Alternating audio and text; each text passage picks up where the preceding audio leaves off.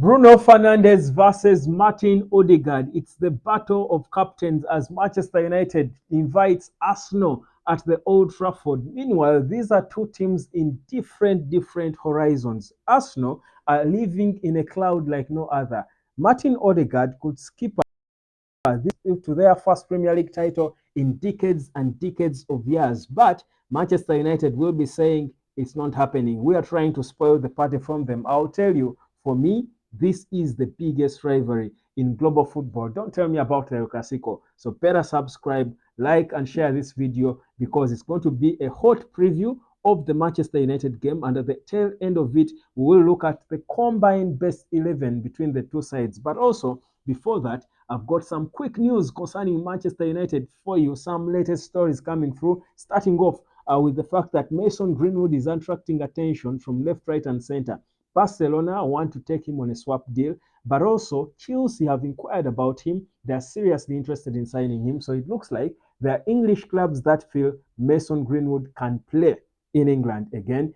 As well, the latest one is from Saudi. A certain club in Saudi Arabia has also come out to inquire about Mason Greenwood. They have made him a top target for them to try and sign. That is a new one, a new update that has just dropped in when it comes to Mason Greenwood's situation. Of course, serious clubs are monitoring him and they are saying if Manchester United don't see the value in this kid, bring him to us. We can make better use of him. These are all updates coming through concerning Manchester United. Now, of course, away from that, still talking Manchester United news, it is said that Eric Ten Hag, after that obliteration, pummeling, whitewash, brushing aside, and whatever you'd call it, by Crystal Palace, apparently Eric Ten Hag had a job to do because it was a somber mood all over Carrington, at Old Trafford, everywhere he went. It's like someone had died. But honestly, 4-0 by Crystal Palace,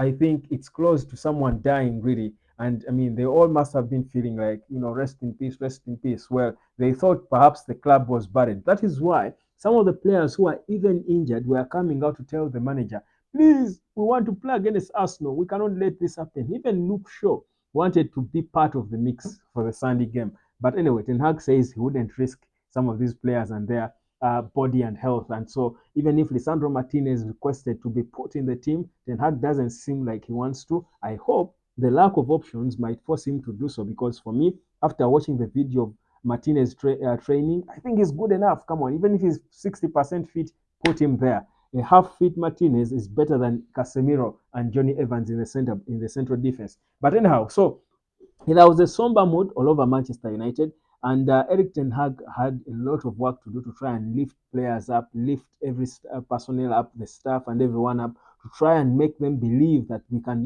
charge ourselves and take on Arsenal. Because otherwise, some of these guys I think, were losing the game before the game was even played. And football is highly a mental sport that you can lose it before you even turn up for the fixture. So Eric Ten Hag hopes he has psyched his players, but in all honesty, I mean, what more psyching do you need than knowing that you're playing against Arsenal at Old Trafford? We don't care how far off we are from them. Honestly, we just want to be the ones that end it for them. We do not want Arsenal to lift the title. And I know, of course, rival who is competing with them for the title, Man City, is not any friend of ours as well. He's the noisy neighbor. But honestly, I still don't rate. Whereas they have won it, what, 3 consecutive times or thereabout. They are trying to make, I think, to do, I think, a 3 or 4 pit. I don't care. I still don't rate Manchester City as a big rival of Manchester United. I don't feel them. The rival, they don't have fans anyway. They don't. It will just be another trophy gone to some negligible supporters, so they can take it. But these Arsenal chaps talk too much. They talk too much. I don't like it. I don't like it. So let them not win it. Let them wait a little bit longer. But can you imagine the bookmakers in football? Look at this. Do not give Manchester United a proper chance. Even if United is playing at home, they are saying the odds of Man United winning at home are 7.49, going up perhaps up to 7.5 or even 8 by tomorrow. And Arsenal winning is 1.41. And I'm thinking, do these people have a clue about football? The mischievous nature of football, more so when it comes to Man United taking on Arsenal. They are no underdogs in this one. The weakest Manchester United team can psych themselves up and come spoil the party for the most on-form Arsenal team. They better know. I don't bet. I don't bet. I'm not for betting really. If I did, I would perhaps take a gamble and stake my money on Man United not losing this one. By the way, I don't. At the tail end of this video, I'll give you my prediction. I don't think Man United is going to lose this game. I do not think so. That's my honest take. X2 would be my bet if I were going to bet, but I don't encourage betting, guys. I don't like gambling. But anyhow, so it is going to be an interesting show of games. But I look at these two teams and I'm thinking, and forget about the circumstances. With all these injuries, Man United is out of form, we're out of sorts, and what have you. But I'm looking at United and Arsenal and the combined 11. With all due respect, Arsenal has got perhaps the strongest squad in the league this season. But I look at the combined 11 and I want to break it down. You can tell me, first of all, in the comment section what your combined 11 would be and what your prediction of the game is. You can tell me that. But my combined 11 in this team, but also can tell me who is better between the two captains, Bruno Fernandes and Martin Odegaard, who is the better player. So my combined 11, I would honestly, whereas this season David Raya has been better, I don't think generally David Raya is a better goalkeeper than Andre Onana. Honestly, that's me. I don't think so.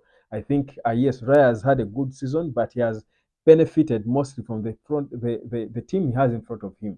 He put David Raya in this Man United of ours, he would have swallowed perhaps 2 times more goals than Andre Onana. But out of respect for his performances, I think I would put him in goal. So David Raya in goal.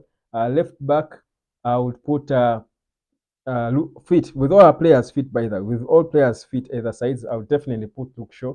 Don't tell me about Zinchenko or whoever at Arsenal. I still think for me, Luke Shaw is one of the best 3 left backs in Europe if he's fit. So Luke Shaw will be there. But of course, again, I'm saying with all players fit. In central defense, Arsenal has a solid, central defense. I'll put central defense. I'll put Lisandro Martinez and Saliba. Now that will be subject to the. But yeah, I'll put the two on the right. Ben White will go there on the right. Midfield, uh, I'll put Kobe, Rice, Bruno, and Kobe, Rice, Bruno, and Odegaard. I would switch formation, combine the 11. I'll make it a 4-4-2. Interesting one. What am I even doing? Yeah, but I have to put Rice. Kobe has to be there. Bruno has to be there. Odegaard has done well. Yeah, 4-4. Then the 2 will be, of course, Bukayo Saka and Rasmus Højlund. That would be my combined best 11 with all players fit. Right now, all the players they have now, that would be my combined best 11. Man United and Arsenal. So how many Man United players are those? There is Luke Shaw, Martinez, there is Kobe, Bruno, and Højlund. 5 Man United players, 6 Arsenal players. That is my combined best 11. Tell me yours. Anyway, going back to the game. So United, I think, has got every chance to try and spoil the party for this Arsenal team. And the thing about United is they show up when you least expect them. They show up when you least expect them.